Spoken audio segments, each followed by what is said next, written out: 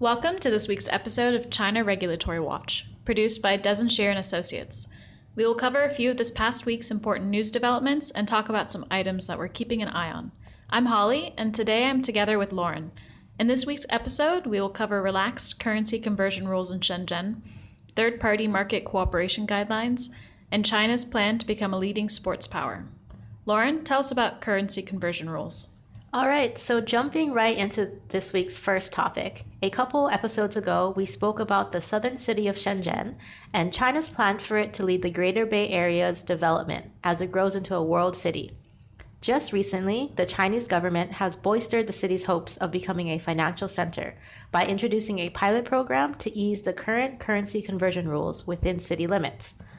Under this program, foreign currencies can be converted into renminbi without pre-approval from banks, streamlining the conversion and renminbi purchasing process.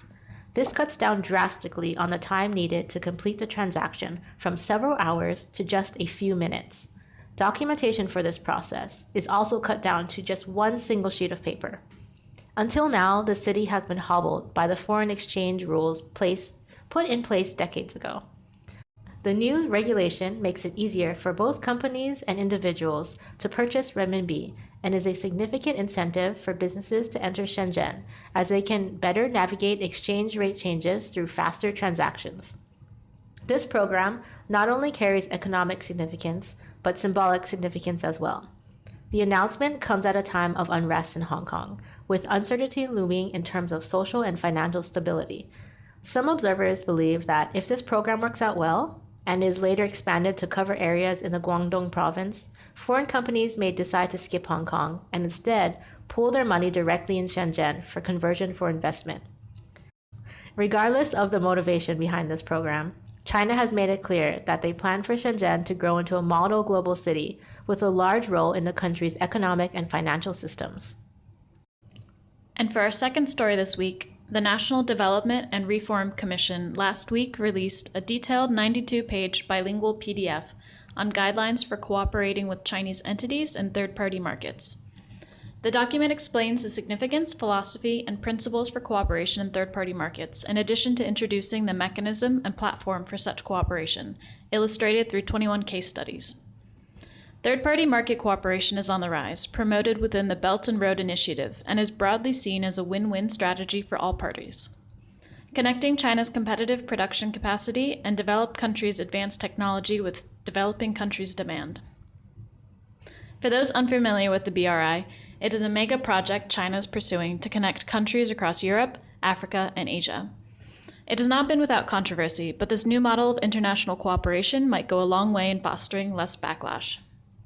As of June 2019, China has signed cooperation agreements with 14 different countries, including Australia, Belgium, Canada, France, Netherlands, Switzerland, and the United Kingdom. The agreements include the setup of a platform from which to foster cooperation between the two nations' businesses.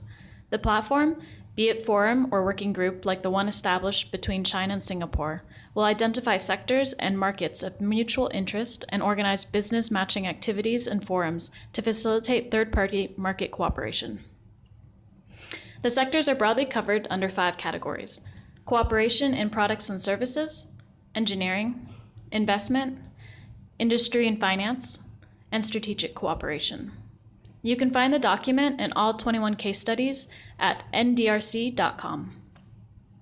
To wrap up this week's podcast, we'll be talking about China's sports sector.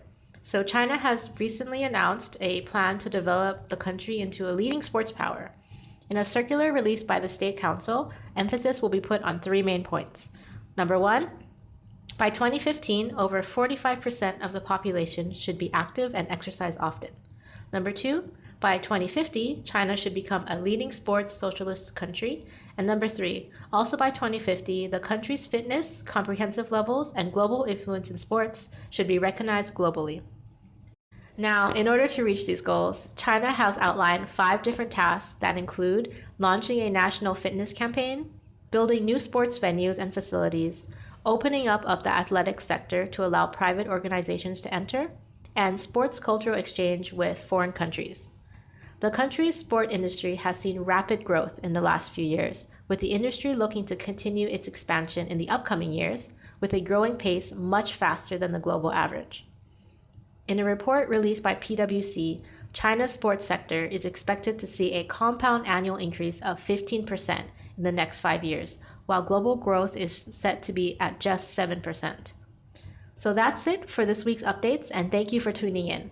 This podcast was produced by Dazan Shira and Associates. If you'd like to find out more, please subscribe or find us on Stitcher. Thanks for listening, and we'll see you next time.